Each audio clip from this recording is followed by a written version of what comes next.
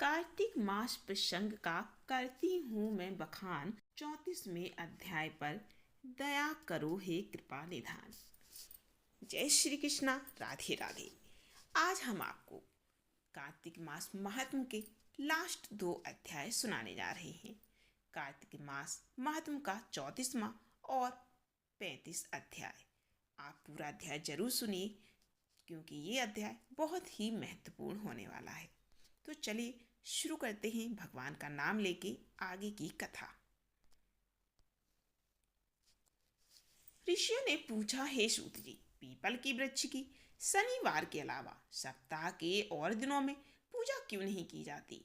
सूत जी बोले, हे ऋषियों, समुद्र मंथन करने से देवताओं को जो भी रत्न प्राप्त हुए थे उनमें से देवताओं ने लक्ष्मी और कौस्तुभमणि भगवान विष्णु को समर्पित कर दी थी। जब भगवान विष्णु लक्ष्मी जी से विवाह करने के लिए तैयार हुए तो लक्ष्मी जी बोली, हे प्रभु, जब तक मेरी बड़ी बहन का विवाह नहीं हो जाता तब तक मैं आपसे विवाह कैसे कर सकती हूँ? इसीलिए आप पहले मेरी बड़ी बहन का विवाह करा दे, इसके बाद आप मुझसे विवाह कीजिए। यही नियम है जो सदियों से चला आ रहा है। सूत जी ने कहा, लक्ष्मी जी के मुख से ऐसे वचन सुनकर भगवान विष्णु जी ने लक्ष्मी जी की बड़ी बहन का विवाह उद्दालक ऋषि के साथ संपन्न करा दिया। लक्ष्मी जी की बड़ी बहन अलक्ष्मी बड़ी ही कुरूप थी। उसका मुख बड़ा, दांत चमकते हुए, उसकी देह वृद्धा की भांति, नेत्र बड़े बड़े और बाल रूखे थे। भगवान विष्णु द्वारा आग्रह किए जाने पर ऋषि उद्दालक उससे विवाह करके उसे वेद मंत्रों की ध्वन से गुजाते हुए अपने आश्रम में ले गए और वेद ध्वन से गुंजित हवन के पवित्र धुएं से सुगंधित उस ऋषि के सुंदर आश्रम को देखकर अलक्ष्मी को बहुत दुख हुआ। वह महर्षि उद्दालक से बोली, इस आश्रम में वेद ध्वनि गूंज रही है, इसीलिए यह स्थान मेरे योग्य नहीं है, इसीलिए आप मुझे यहाँ से और कहीं ले चलिए। उसकी बात सुनकर महर्षि उद्दालक बोले, तुम यहाँ क्यों नहीं रह सकती और तुम्हारे रहने योग्य कौन सा स्थान है वह भी मुझे बताओ। अलक्ष्मी बोली, जिस स्थान पर वेद की ध्वनि होती हो, अतिथियों का सत्कार किया जाता हो, यज्ञ आदि होते हो, ऐसे स्थान पर मैं नहीं रह सकती। जिस स्थान पर पति पत्नी आपस में प्रेम से रहते हो, पितरों के निमित्त यज्ञ होते हो, देवताओं की पूजा होती हो, उस स्थान पर भी मैं नहीं रह सकती। जिस स्थान पर वेदों की ध्वनि ना हो, अतिथियों का सत्कार ना किया जाए, जहाँ पर यज्ञ कभी ना होते हों, पति पत्नी आपस में सदा लड़ते ही रहते हों, पूज्य वृद्धों तथा मित्रों का अनादर किया जाता हो, जहाँ दुराचारी, चोर, पर स्त्रीगामी मनुष्य निवास करते हैं, जिस स्थान पर गायों की हत्या की जाती है, मद्यपान, ब्रह्महत्या आदि पाप किए जाते हैं, मैं ऐसे ही स्थान पर प्रसन्नता पूर्वक निवास करती हूँ। सूत जी बोले, अलक्ष्मी के मुख से इस प्रकार के वचन सुनकर उद्दालक का मन खिन्न हो गया।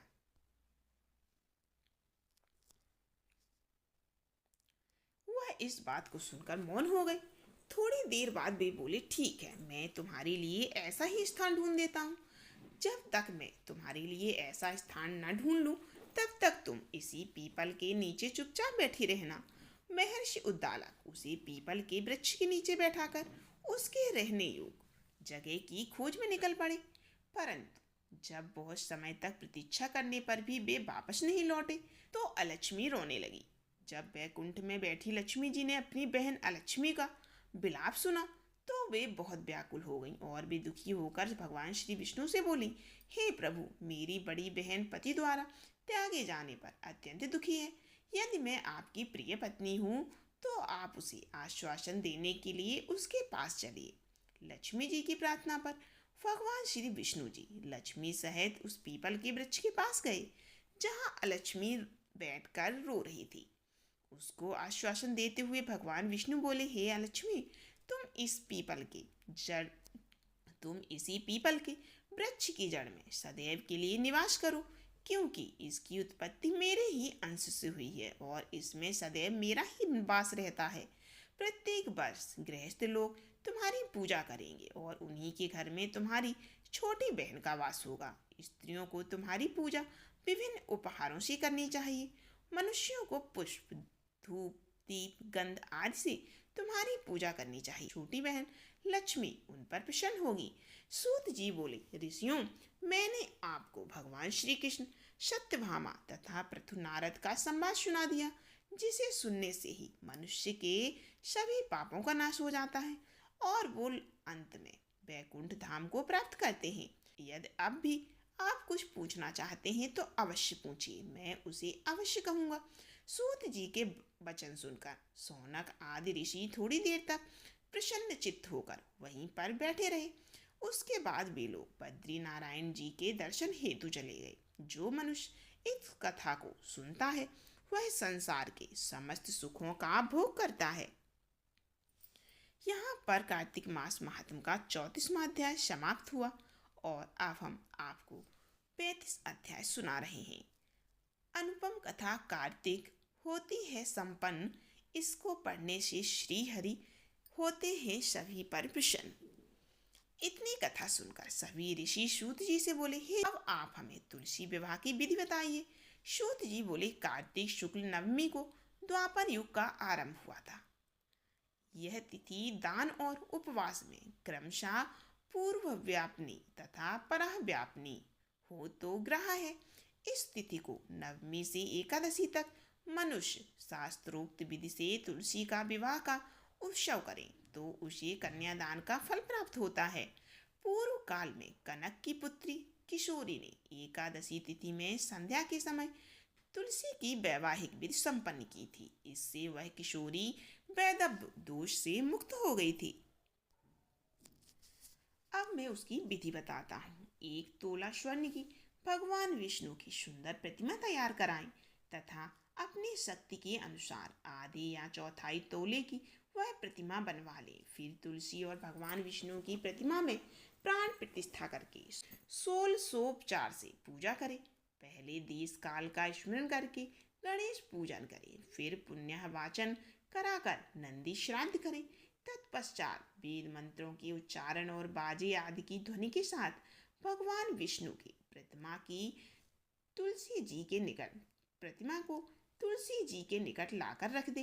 प्रतिमा को वस्त्रों से आच्छादित करना चाहिए। उस समय भगवान का आवाहन करें, भगवान केशव आइए, देव मैं आपकी पूजा करूंगा, आपकी सेवा में तुलसी को समर्पित करूंगा, आप मेरे संपूर्ण मनोरथों को पूर्ण कीजिए। इस प्रकार आवाहन के पश्चात 3 बार अर्ध पाद और विष्टर का उच्चारण करके इन्हें बारी बारी से भगवान को समर्पित करें। फिर आचमनीय पद का 3 बार उच्चारण करके भगवान को आचमन कराएं। इसके बाद कांस्य के बर्तन में दही, घी और मधु रखकर उसे कांस्य के पात्र से ही ढक दें और भगवान को अर्पण करते हुए इस प्रकार कहें, वासुदेव आपको नमस्कार है। यह मधुपर्क, दही, घी तथा शहद के मिश्रण को आप स्वीकार कीजिए। तदंतर हरिद्रा लेपन और अभंग कार्य संपन्न करके गोधूल की बेला में तुलसी और विष्णु का पूजन पृथक पृथक करना चाहिए। दोनों को एक दूसरे के सम्मुख रखकर मंगल पाठ करें। जब भगवान सूर्य कुछ कुछ दिखाई देते हैं तब कन्यादान का संकल्प करें। अपने गोत्र और प्रवर का उच्चारण करके आदि की 3 पीढ़ियों का आवाहन करें।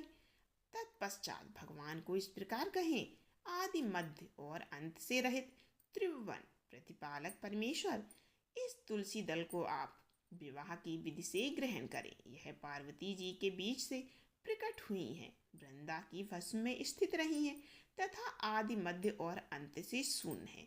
आपको तुलसी बहुत ही प्रिय है, अतः इसे मैं आपकी सेवा में अर्पित करता हूँ। मैंने जल के घड़ों से सींचकर और अन्य प्रकार की सेवाएं करके अपनी पुत्री की भांति इसे पाला है, पोषा है और बढ़ाया है। आपकी प्रिय तुलसी को मैं आपको दे रहा हूँ, प्रभु आप इसे ग्रहण करें। इस प्रकार तुलसी का दान करके उन दोनों अर्थात तुलसी और भगवान जी विष्णु का विवाह करें, विवाह का उत्सव मनाएं। सुबह होने पर पुनः तुलसी और विष्णु जी का पूजन करें। अग्नि की स्थापना करके उसमें द्वादशाक्षर मंत्र से खीर, घी, मधु और तिल मिश्रित हवनीय द्रव्य की 108 आहुति दे। सुष्टिकृत होमक करके पूर्ण आहुति दे।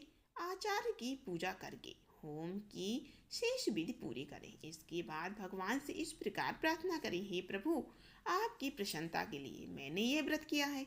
जनार्दन, इसमें जो न्यूनता हो वह आपके प्रसाद से पूर्णता को प्राप्त हो जाए। यदि द्वादशी में रेवती का चौथा चरण बीत रहा हो तो उस समय पारण न करें। जो उस समय भी पारण करता है वह अपने व्रत को निष्फल कर देता है। भोजन के पश्चात तुलसी के स्वतः गलकर गिरे हुए पत्तों को खाकर मनुष्य सब पापों से मुक्त हो जाता है। भोजन के अंत में ऊख, आंवला और बेर का फल खा लेने से इच्छित दोष मिट जाता है। तदंतर भगवान का विसर्जन करते हुए कहें, भगवान, आप तुलसी के साथ बैकुंठ धाम में पधारें। प्रभु, मेरे द्वारा की गई पूजा आप ग्रहण करें, आप सदैव संतुष्टि करें। इस प्रकार देवेश्वर विष्णु का विसर्जन करके मूर्ति आदि सामग्री आचार्य को अर्पण करें। इससे मनुष्य कृतार्थ हो जाता है। यदि विधि सुनाकर सूत जी ने ऋषियों से कहा, हे ऋषियों, इस प्रकार जो मनुष्य श्रद्धा पूर्वक सत्य, शांति और संतोष का धारण करता है, भगवान विष्णु को तुलसी दल समर्पित करता है, उसके सभी पापों का नाश हो जाता है और वह संसार के सुखों को भोगकर अंत में विष्णु धाम को प्राप्त करता है। हे ऋषिवर, यह कार्तिक मास महात्म सब रोगों और संपूर्ण पापों का नाश करने वाला है। जो मनुष्य इस महात्म को भक्तिपूर्वक पढ़ता है और जो सुनकर धारण करता है वह सब पापों से मुक्त होकर श्री विष्णु धाम में पहुंच जाता है। ये थी कार्तिक मास महात्म के फुल अध्याय। आप इन सभी अध्यायों को जरूर सुनिए और फिर मिलते हैं अब अगली एक और कथा में। तब तक आप मेरी वीडियो को लाइक कीजिए, कमेंट कीजिए और शेयर कीजिए।